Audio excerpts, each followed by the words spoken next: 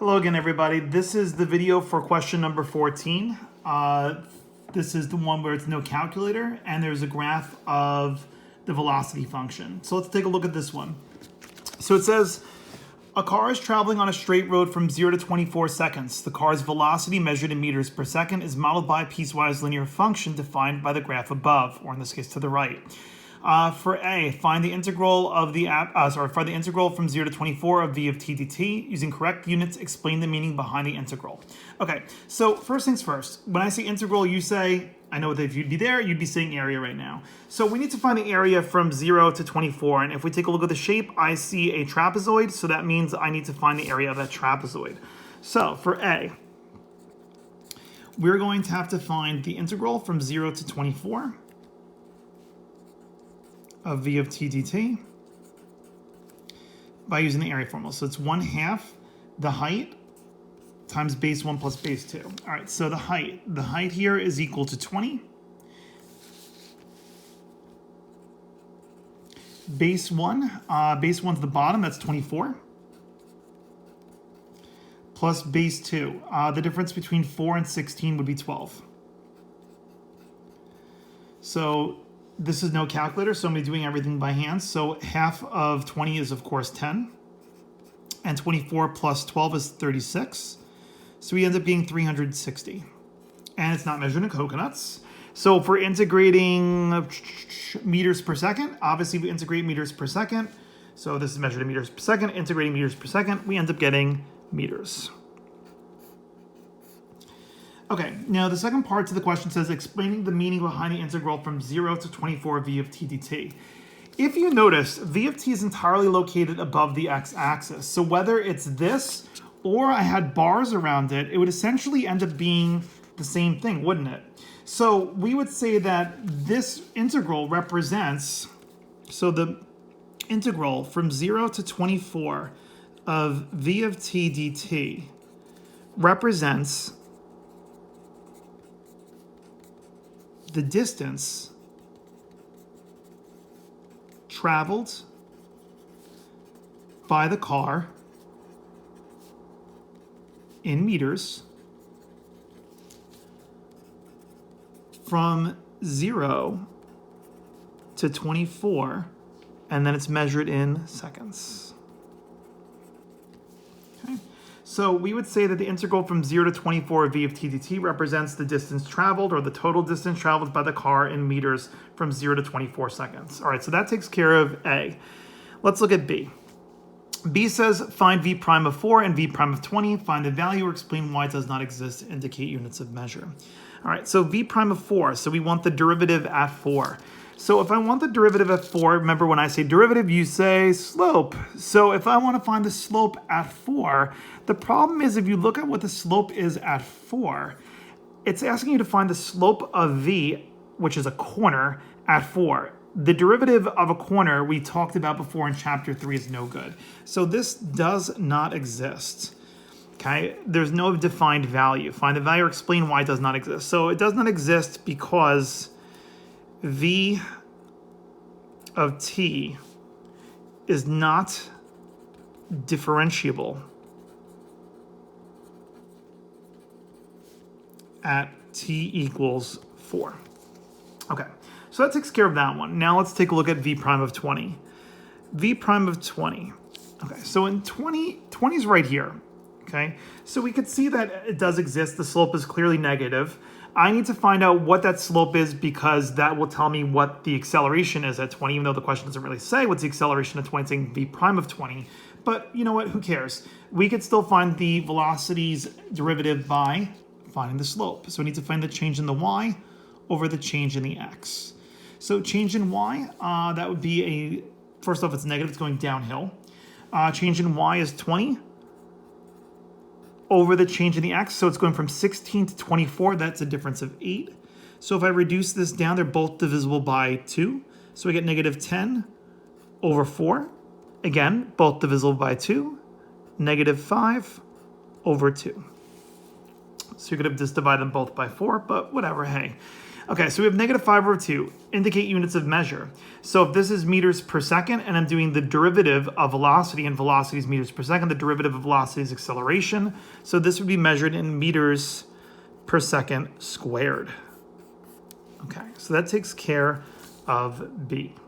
So for C, it says let A of t be the acceleration of the car anytime t in meters per second, aka meters per second squared, from 0 to 24. Write a piecewise function for A of t. Okay, so A of t is going to be a piecewise function.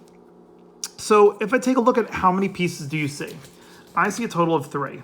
I see 1, 2, 3 pieces. So I know that I'm going to have 3 pieces for my acceleration. 1, 2, and 3. For the first one, the acceleration, the first part goes from 0 to 4. So it's from 0 to 4. The next one is going to go from 4 to 16. And the last one's going to go from 16 to 24. So that's basically the part. So if you look at the part, it starts at 0, ends at 4, then 4 to 16, and then 16 to 24. Now we want to find the acceleration. Remember that acceleration is the derivative of velocity. So if we're looking at the derivative of velocity, it means we have to look at the slope. Now, if I take a look at the slope of this one, it's the change in the y over the change in the x. So if I look at change in y, that'd be 20 over change in x, which is 4. Up 20 over 4. 20 divided by 4 is 5. So the acceleration is 5 in this case. Here, we see that the derivative or the slope of the velocity is 0. So that means the acceleration is 0. And then from 16 to 24, we did the work on this one already. That was back in part B. That's this guy right here, -5/2. And that ends up being the acceleration from 16 to 24. So there's your answer. That's the piecewise function of the acceleration for the problem that we're given in C. All right, last part is D. Find the average rate of change of V from 8 to 20. Does the mean value theorem guarantee a value of C such that V prime of C is equal to the average rate of change? Why or why not? Okay, one thing at a time. Average rate of change. This is not to be confused with average value. So this kicks it back to chapter 2, average rate of change, and it's average rate of change of V. So before you think f of B minus f of A over B minus A, there is no f. It's the average rate of change of V. So it's going to be V of B. So B in this case would be 20 minus V of 8 over 20 minus 8. Okay, so V of 20. So I'm going to plug 20 in from my velocity here. So it looks like the slope is -5/2. So I guess we could eyeball this. It's going to be equal to 10. And then 20 divided by 8, 20 minus 8 is equal to 12. And it's going downhill, so the slope is negative. So we end up getting here -5/6. Now, I guess we shouldn't assume that at 20 it's equal to 10. It appears that it is, but I'm just going to verify this. So we know the slope earlier on is -5/2.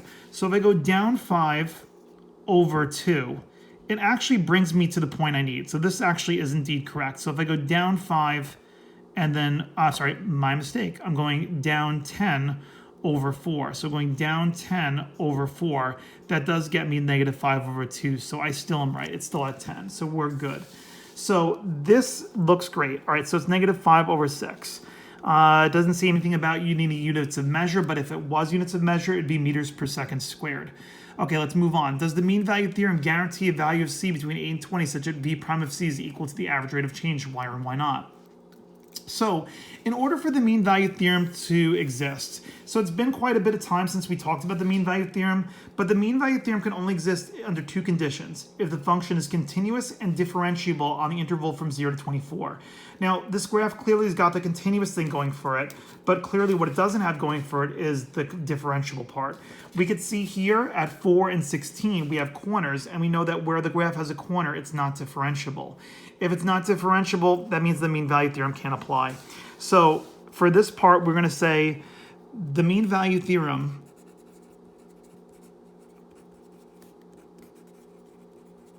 does not apply.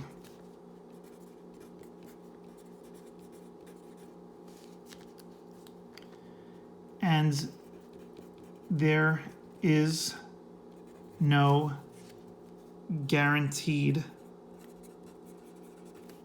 value of C between 8 and 20, where V prime of C is equal to the average rate of change, because V of t is not differentiable at t equals 4 and t equals 16.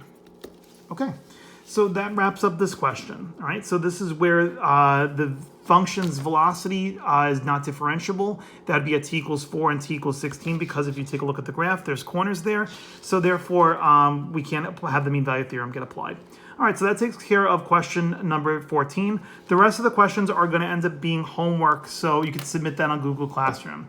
All right, guys, have a great day.